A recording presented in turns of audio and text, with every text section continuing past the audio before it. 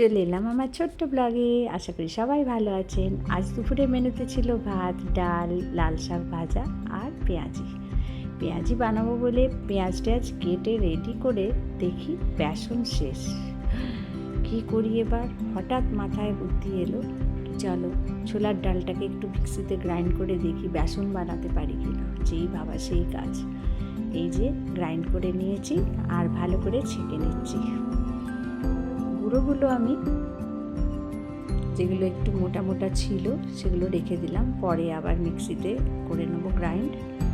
আর এইরকম আমার বেসন কি ভালো হয়েছে, ও বাবা, দেখে আমার নিজেকে বাহবা দিতে ইচ্ছে করছিল। এবার দিলাম একটু নুন, লঙ্কার গুঁড়ো, জোয়ান আর দেবো একটু তেল।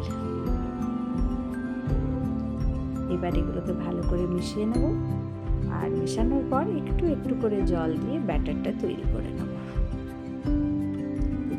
এইরকম।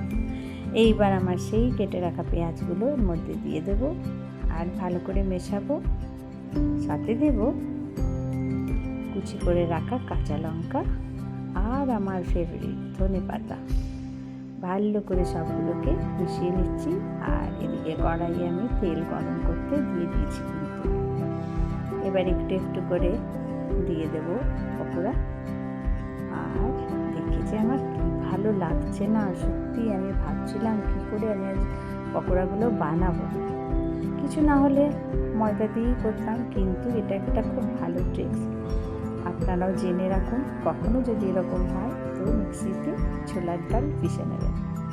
এই হচ্ছে লাল শাক ভাজা আর আমার সেই পেঁয়াজি, গরম গরম ভাত আর ডালটা দেখানো হয়নি। কি তৃপ্তি করে যে খেলাম না। কেমন লাগলো? আপনারা সবাই ভালো থাকবেন।